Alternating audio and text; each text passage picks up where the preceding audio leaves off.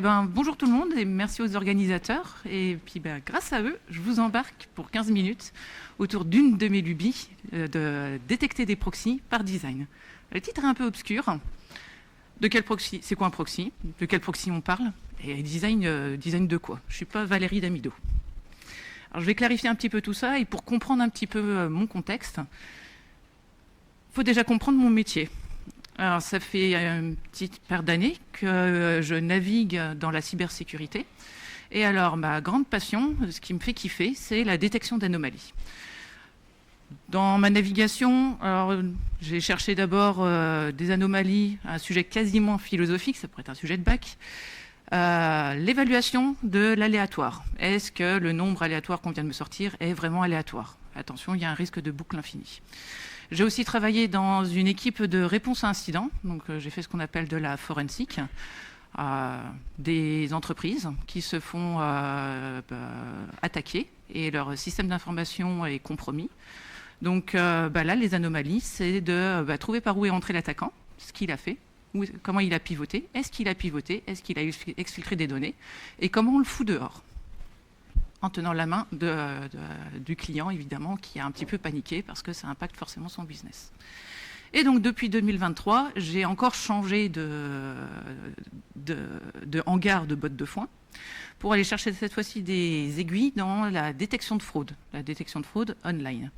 Donc, notre motto, c'est « Free the web from fraud ». Et donc, vous imaginez les sites de e-commerce, il y a tout un tas de fraudes. Donc, il y a celle de la cybersécurité traditionnelle, les DDoS, donc que le service ne soit plus disponible, ATO, Account Takeover, de compromettre des comptes parce que le mot de passe est faible, par exemple, et puis d'utiliser le compte pour acheter, faire des choses diverses et variées. Et dans mon domaine plus précisément, on s'occupe aussi de termes comme le carding, le scalping, les fake accounts.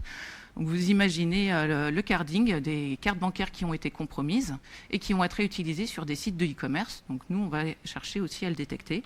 Le scalping, vous pensez typiquement à des tickets de concert, des tickets de match de foot. Si vous avez des difficultés à en acheter, c'est peut-être qu'il y a un bot qui est passé par là, qui a tout scalpé pour revendre ensuite au marché noir. C'est de la fraude. Les faux comptes, alors sur les plateformes de seconde main, etc., c'est très populaire puisque avec les faux comptes, ils peuvent faire de la revente, du scam tout simplement, attirer des gens, faire croire qu'il y a un produit et en fait juste empocher l'argent, ou de la contrefaçon. Donc toutes ces fraudes, c'est dans le domaine de Datadome où je travaille, où à partir des requêtes du trafic HTTP, on va chercher à détecter la fraude pour laisser la plateforme de e-commerce aux humains en premier. Et alors, dans tout ça, j'ai toujours pas prononcé le mot de proxy. Pourquoi je m'en prends aux proxy? Qu'est-ce qu'ils m'ont fait? Pourquoi je m'acharne sur eux? Alors, du coup, je vais maintenant pouvoir vous introduire la deuxième partie du contexte. On va voir quel est le challenge que vous acceptez en vous asseyant ici. Et ensuite, on va se mettre dans la peau des fournisseurs de proxy. On va regarder un petit peu comment Internet est emmanché. On ne passe pas le CCNA, je vous rassure tout de suite. Et je garde un peu de suspense pour connecting the dots, ce que je mets derrière tout ça. Alors, le challenge. Les fraudeurs, pour faire leur fraude sur les sites de e-commerce, ils adorent les proxys. Alors, ce n'est pas le proxy d'entreprise qui va filtrer le trafic sortant. Non, celui-là, je le laisse tranquille, je m'en moque.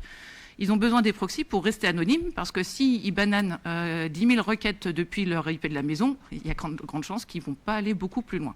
Donc pour que leur fraude soit rentable, puisqu'ils revendent derrière, il faut qu'ils puissent venir de plein d'endroits différents. Le proxy, ça sert à ça, c'est comme un VPN.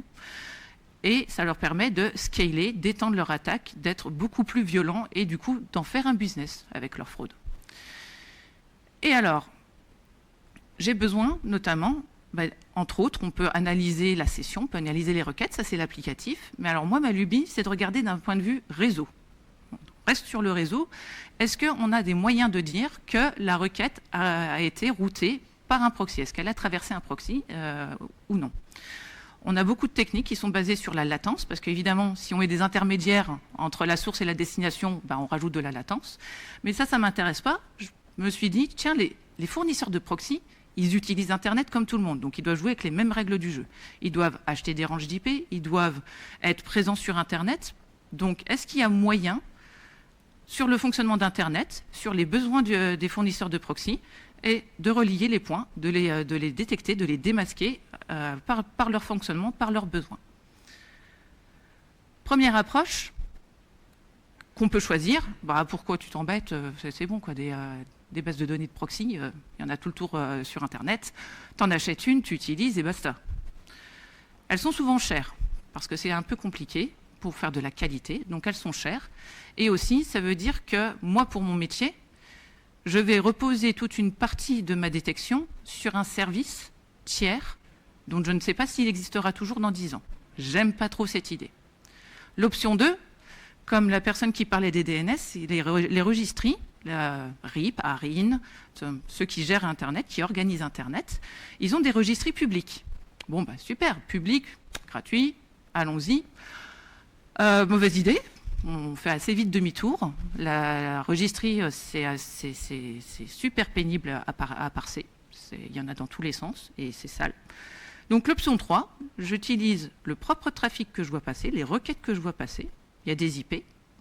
Et à partir de là, j'enrichis les informations de l'IP avec une base de données, mais de géolocation, qui va me dire l'autonomous system, les informations habituelles, la country, les informations habituelles que l'on utilise. C'est moins cher et ça m'évite de me prendre la tête avec les registries. Maintenant, on va se mettre dans la peau des fournisseurs de proxy.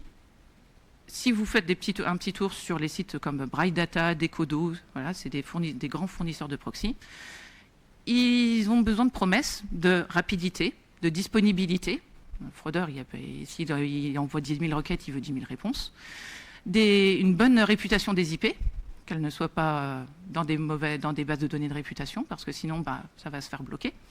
Et pouvoir venir un peu de partout dans le monde, pour être un peu plus crédible, parce que si je vais sur Le Bon Coin, mais en venant, je ne sais pas moi, de l'Ouzbékistan, sur le site français, ça risque d'être un peu moins crédible.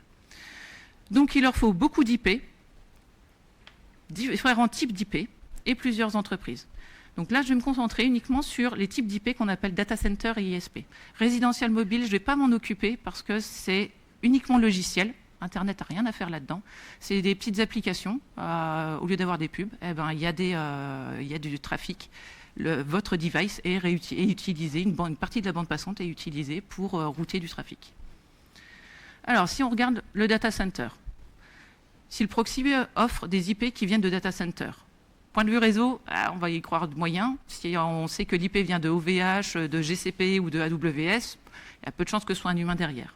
Mais par contre, c'est disponible, c'est rapide, la géolocalisation, c'est facile à avoir et c'est pas cher. Les proxys ISP, c'est une petite combine. C'est des IP de data center, mais en fait, quand on va utiliser des bases de données de géolocation, on va voir que ça vient d'un ISP, comme Orange, comme AT&T, comme Deutsche Telekom, etc. Donc le network, ça vient du data center, donc c'est pareil. La disponibilité, la rapidité, la géolocation, c'est pareil que les data centers, donc c'est très bien. C'est moins cher que des proxys résidentiels, mais surtout, ça a l'air de venir de l'IP de Madame Michu. Donc, déjà, il y a plus de chances que ce ne soit pas détecté. Alors ça, c'est pour la partie des fournisseurs d'Internet. Maintenant, on va regarder Internet des fournisseurs de proxy. Maintenant, on va regarder un petit peu Internet, comment ça fonctionne. Et on va juste se poser la question, comment la requête de Madame Michu dans son browser, la source, va jusqu'à la destination.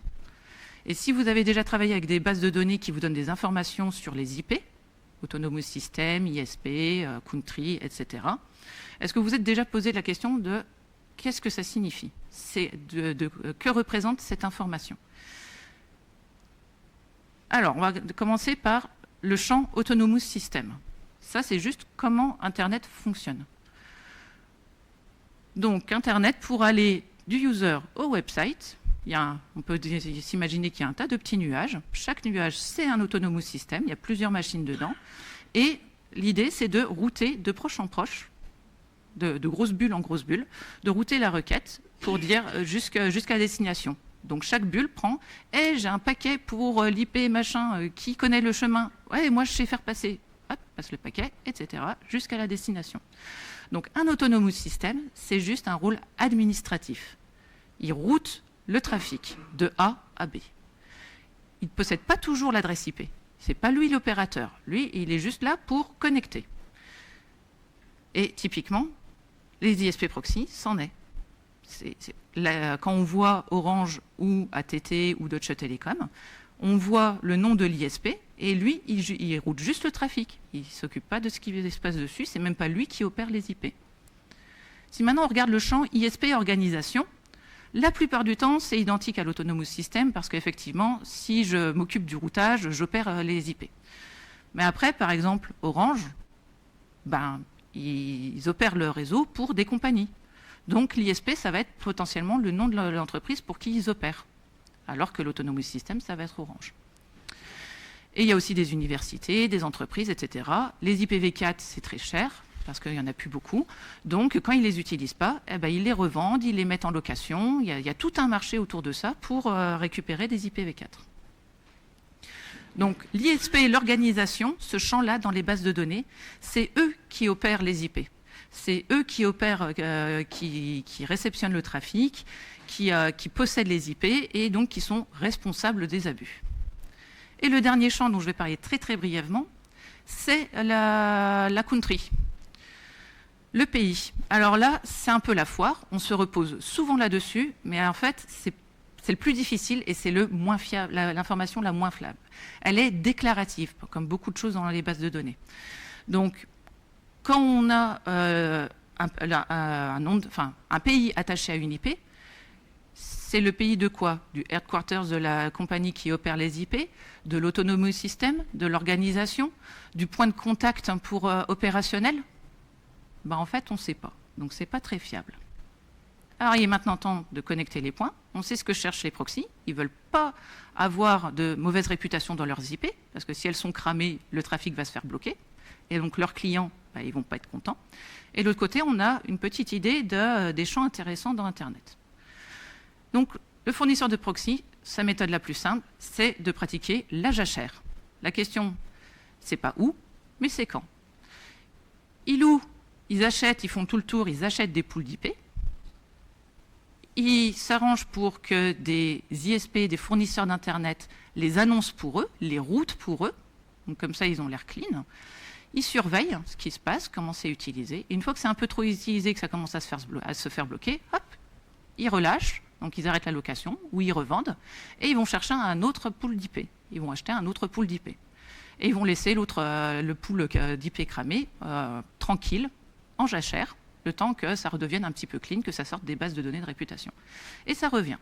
Donc du coup, vous prenez votre trafic, vous avez les IP, vous enrichissez avec juste AS, ISP, organisation, et vous suivez si cette IP, elle est toujours dans le même bloc d'IP, si elle a changé d'AS, si elle a changé d'organisation, si elle a changé d'ISP. Et si ça change, on peut commencer à se poser des questions. Donc vous loguez tout ça, tout simplement. Et ensuite, vous regardez les fréquences aussi. Parce qu'un proxy provider, c'est de l'ordre de 2 semaines, 1 mois avant qu'il change. C'est très rapide, justement, pour sortir rapidement des bases de données de réputation. Donc si vous commencez à avoir des blocs d'IP qui font un petit peu le yo-yo, qui sont instables, ça peut être c'est suspect. Et donc si on veut conclure, le trafic, alors c'est un peu une palissade, mais votre trafic, les requêtes HTTP que vous voyez passer sur vos serveurs web, c'est une mine d'informations. Si vous suivez les attributs de l'IP, l'autonomous system, l'ISP, l'organisation, si vous suivez les changements, c'est une mine d'informations. Les fournisseurs de proxy, ils sont comme tous les autres sur Internet, ils doivent jouer avec les mêmes règles du jeu, donc ils laissent des traces. Et alors, j'ai pas de démo parce que c'est un peu short à faire une démo comme ça, mais par exemple, à Datadome, avec ça, je bloque 235 000 IP uniques chaque jour, juste avec cette méthode. Je ne parle pas des autres, qui est d'analyser les sessions, qui est de regarder la latence, le round time, trip time, etc. Juste cette méthode de regarder les blocs d'IP qui changent un petit peu trop souvent. Merci beaucoup.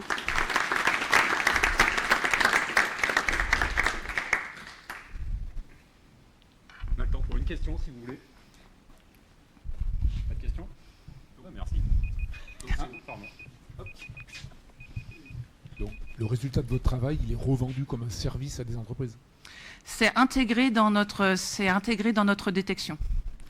On a un engine de complète détection parce que, évidemment, ça, c'est que la détection, on va dire, il y a un morceau de la détection au niveau réseau.